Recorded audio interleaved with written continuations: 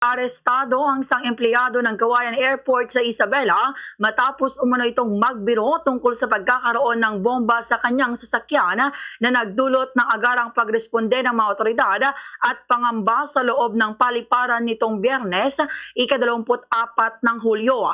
Ayon sa ulat, papasok pa lamang sa paliparan ng empleyado nang sabihin umano nito na may bomba sa likurang bahagi ng kanyang sasakyan.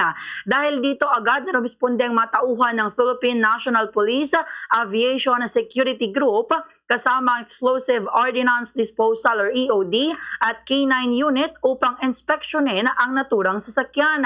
Matapos ang masusing pagsusuri, kinumpirma ng mga otoridad na walang natagpo ang anumang pagpasabog o mapanganib na material sa loob ng sasakyan.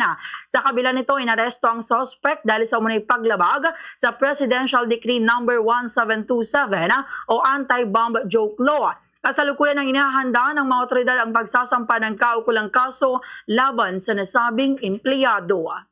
Fast sa Radyo Bombo!